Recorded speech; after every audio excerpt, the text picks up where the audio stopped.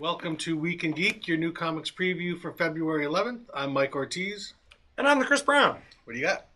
I'm going to lead off here with, this is one of the Marvel Now number ones. Mm-hmm. We've got She-Hulk number 1 by Charles Soule. I guess you have a fancy graphic up there now. I just want to check this out because I really like the things he's been doing. I've always liked his indie work, his creator-owned stuff, but now I think he's doing some sort of fun superhero stuff. There was that little preview that was in the backs of some of the comics, and I don't know that there was any dialogue in there though. So that'll be fun to actually read it with things that are actually going on there. The artwork looks fantastic. This is Javier Pulido. Really, really cool stuff. I'm looking forward to seeing what they're going to do with She-Hulk this time around. Yeah. Sometimes she's silly. Sometimes, more often than not, it's kind of silly sort of stuff these days. We haven't had anything else since the Savage She-Hulk back in the day. Yeah, well, we had really more her beating people up. Right. And I don't think the Red She-Hulk counts. No. I'm talking to Jennifer Walters' character. John Byrne. But his was mostly the silly. 90s, and then Dan Slott. Right. Did a couple of long runs, all kind of lighter in tone. Fair enough. Yeah, exactly. So nothing really too beat 'em up sort of stuff. Next, I've got we're still with Charles Soule here. We've got Superman, Wonder Woman. This is issue 5. This is the cover here says Feora. Her name means death. They have found Zod. It looked like at first Supes thought, well, maybe you were accidentally in the. What is that? I want to call it the Forbidden Zone. The Phantom Zone. There we go. You were in the Phantom Zone maybe just to watch everybody else, and there's some trickery, of course, and he's trying to get Feora out of there.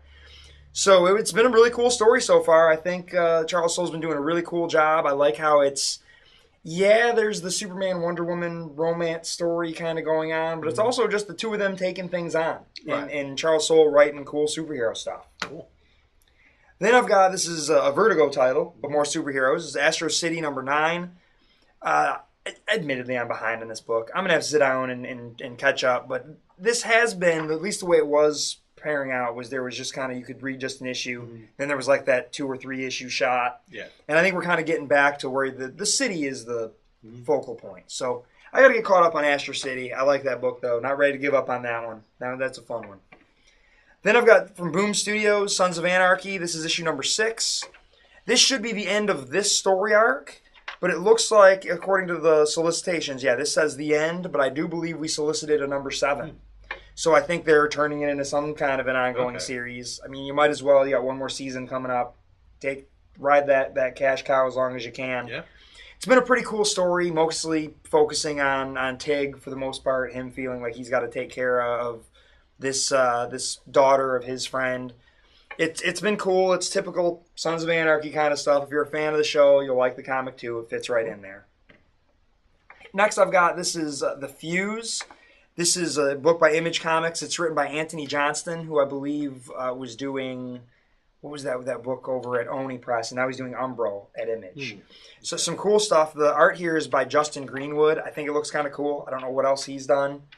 It says issue 1, The Russia Shift.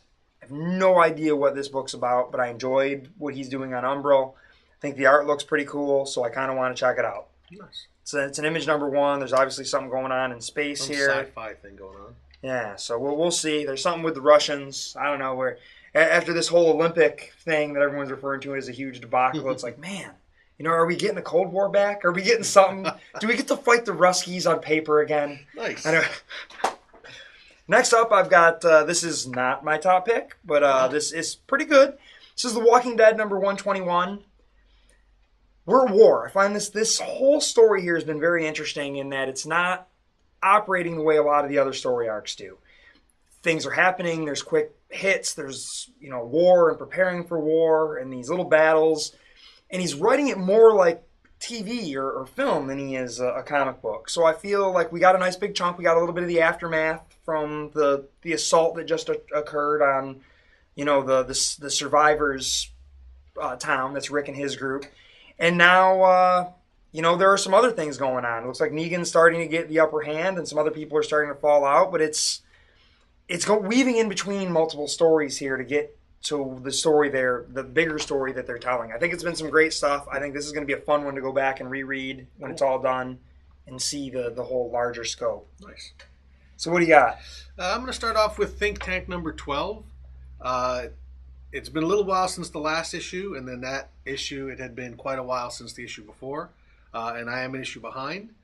But this is where I kind of left off. The guy had created, this was a guy who works for a government think tank, yet he also tries to find ways to ruin things because he creates these weapons, and then he feels bad that his stuff that he's creating are killing people, so he finds ways to try to mess up his own weapons somehow. Okay. And in the recent thing, he had come up with a virus that actually can be tuned to people's specific genetic code. So you can release a virus, and it'll only kill the people you want. But even he realized that was kind of an atrocity that was too much, and even I think the government was kind of backing away from that. But there are forces within the government who don't care. Oh, sure. And so there's a lot of conflict going on. Again, I'm an issue or so behind. I'm not really sure what has progressed since then. I know this is the last issue of what they're calling season 1. And it's going to come back with a new number 1 after this. Again, this it's been a solid book. Again, it feels a little bit like a TV pitch. I think the concept has been stronger than the execution, but overall, it's still been pretty solid. Next up, we've got Batman number 28. They've kind of dropped the 0-year branding from this, so I don't even. Is this 0 year? I don't even know. It was supposed to be their year-long thing, right? Did they realize they couldn't do it? I don't know, but this actually does not look like it's a 0-year issue. I thought it was supposed to. This actually looks like it's. That doesn't even look like. It's. The art doesn't look like Capullo. No, this is Scott Snyder, James Tynion, Dustin Nguyen. This actually looks like it's a prelude to that Batman Eternal weekly series. Okay. And it looks like there is a character that is being revealed here that a lot of people have been awaiting.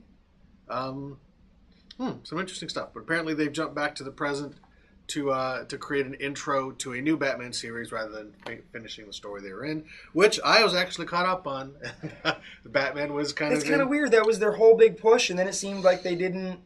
Yeah. It got interrupted too much. They had their Villains Month thing in there, and they just kept finding things to wedge in between. And that's the problem when you plan out a 12-issue storyline when you know you've got other things to deal with. But in any event, this apparently isn't a 0 year. I was not expecting that. I thought the solicit, had a Riddler symbol because Riddler was about to make his big play, but somehow I guess that got...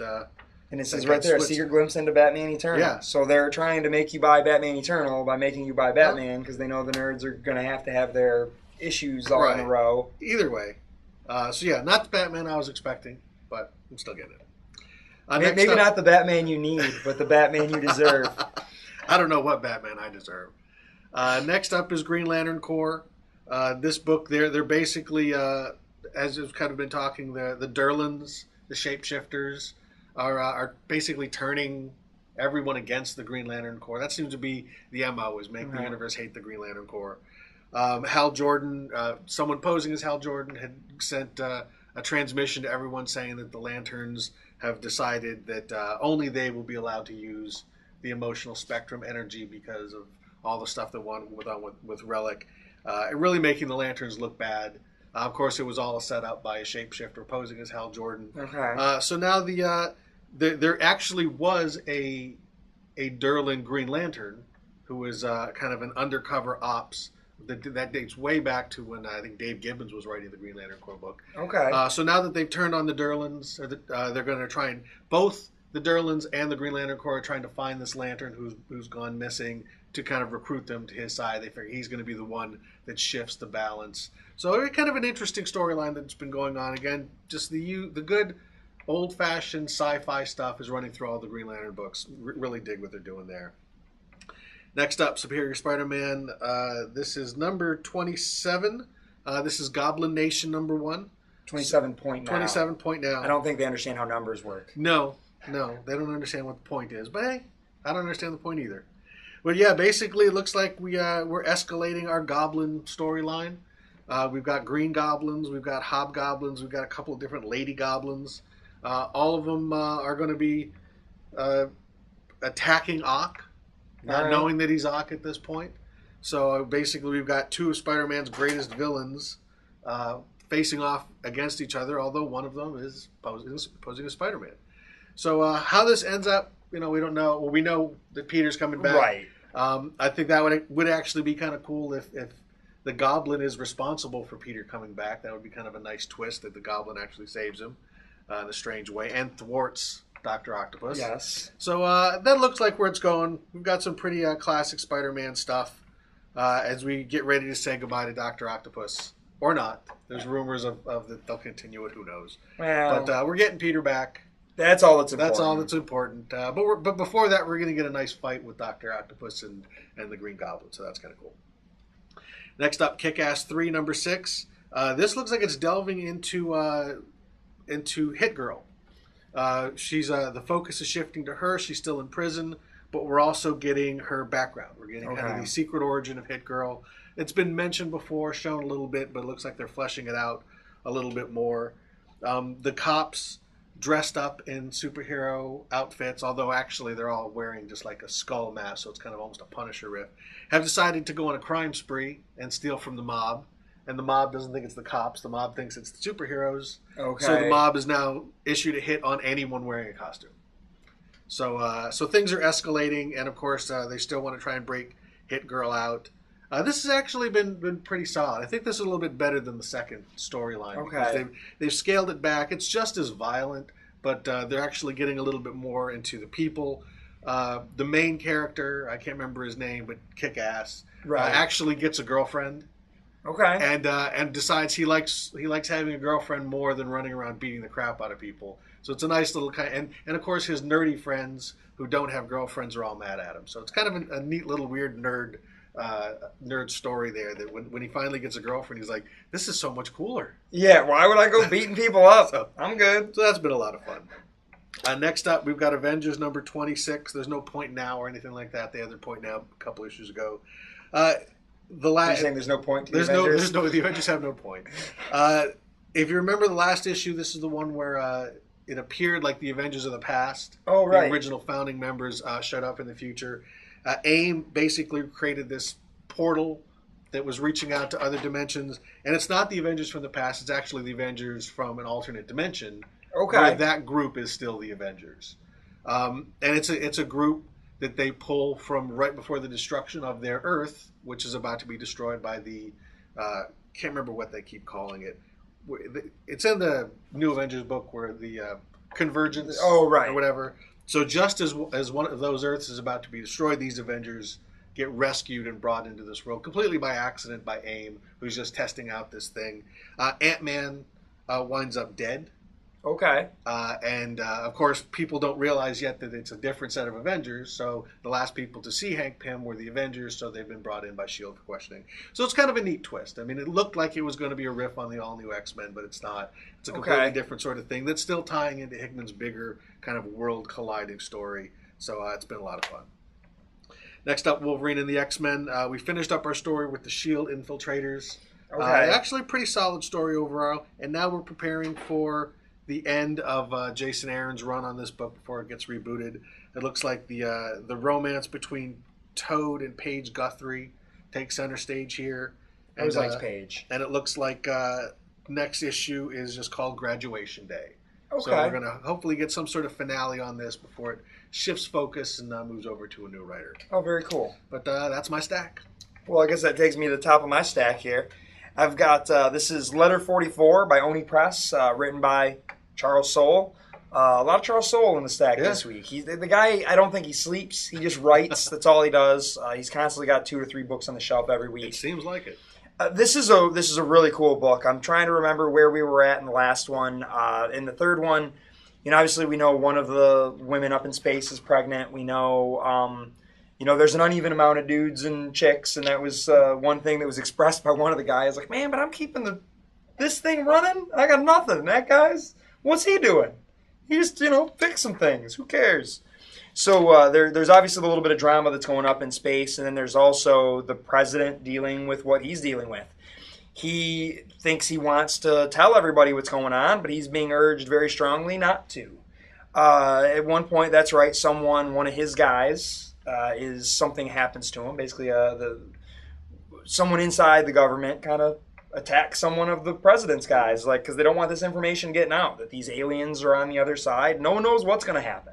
So it's this really interesting political drama with this sci-fi backdrop, and we haven't even seen any aliens yet. So cool stuff. The cover looks like we might be getting something now. Looks like something crazy is going on there. Some astronauts and a bright light and weirdness. So cool book. If you're not reading it, you really should be. Pick that one up. My top is All New X-Men number 23. This is part 3 of the trial of Jean Grey. In the last issue, the Shi'ar showed up and abducted Jean Grey to put her on trial. And right after that, you got the Guardians of the Galaxy. This is a crossover between All New X-Men and Guardians of the Galaxy, both written by Bendis. You get the Guardians' point of view, and sure enough, the Shi'ar have detected that Jean Grey is alive on Earth, and they've decided it's time to put her on trial again. Okay. Because they already put her on trial once, and she turned into the Phoenix and damn near killed everybody. And only didn't destroy everybody because she sacrificed herself. So they decided to do it again. Now that she's not yet the Phoenix, maybe they can get her this time. But we don't. I have a serious feeling that that's not going to work out so well for them. They also put Galactus on trial, the Shi'ar. They should really stop messing around with stuff like that. It's just gonna. It's just and with Galactus, the glove's not gonna fit. Reed Richards they put on trial for saving Galactus, and then Galactus showed up. You guys should really just leave the trial. That's a pretty powerful witness. Galactus shows up. Yeah. So, but in any event, we're getting another trial of Jean Grey. The Guardians, of course, being the good guys, realize you really should try someone for crimes they've committed, not crimes that they're going to commit in the future, maybe because who knows what's going to happen with the timelines being all messed up. But in any event, it's a neat idea. It's a crossover between two books I really like a lot. Great artwork by Stuart Immonen. He's really killing it on this book. Oh, yeah. I mean, the art on the book is good all the time, but when he's on the book, it's just absolutely fantastic. So we've got the Guardians, we got Groot, we got Angela, we got everybody teaming up to go save Jean Grey from the Shi'ar when she probably doesn't need saving. Yeah, probably. She's probably going to be all right. Because didn't she already flare up as the Phoenix once already? Yes. So yeah, don't mess with that. Yeah, there's something going on. That's not too bright. Hey, you can destroy whole civilizations. Let's put you on trial. Yeah, let's just let you be. Don't destroy any civilizations, and we'll be cool. Or you know what? Don't put her on trial, because that just delays things. Just kill her. Well, true. Fair enough. I mean, this trial is a sham anyway, so why even bother with it? But Travis sham mockery. Yes. So, but anyway, should be a lot of fun, and I'm sure there's going to be a lot of space things blowing up and. There's already a spaceship blowing up in here. I was looking through it. Right. I always like spaceships blowing up. Anything blowing up's good. Yeah. But that is your Week in Geek.